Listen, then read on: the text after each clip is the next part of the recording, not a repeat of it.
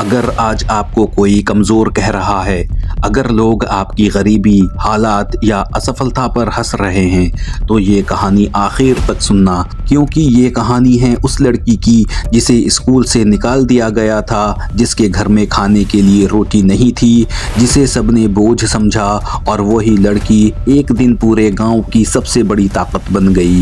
ये कहानी है आर्या की। गांव के आखिरी छोर पर एक टूटी हुई झोपड़ी थी।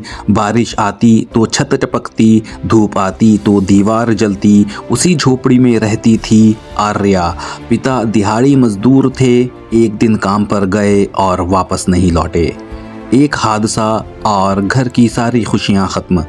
अब घर में सिर्फ दो लोग थे, आर्या और उसकी माँ। माँ दिन भर लोगों के घरों में बर्तन मांजती और आर्या स्कूल से लौटकर खेतों पर काम करती। कई रातें ऐसी होती जब दोनों बिना खाना खाए सो जाती, लेकिन हर रात माँ एक ही बात कहती, बेटी हालात कमज़ोर हैं, हम नहीं। एक दिन स्कूल में फीस ना भरने की वजह से टीचर ने सबके सामने कहा, पढ़ाई तुम्हारे बस की बात नहीं है, घर जाओ।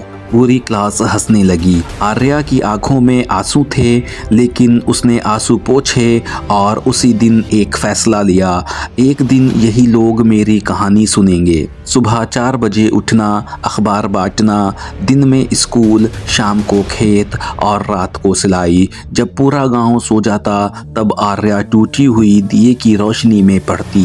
कभी कभी भूख से पेट दर्द करता, लेकिन उसने सपनों को भूखा नहीं रहने दिया।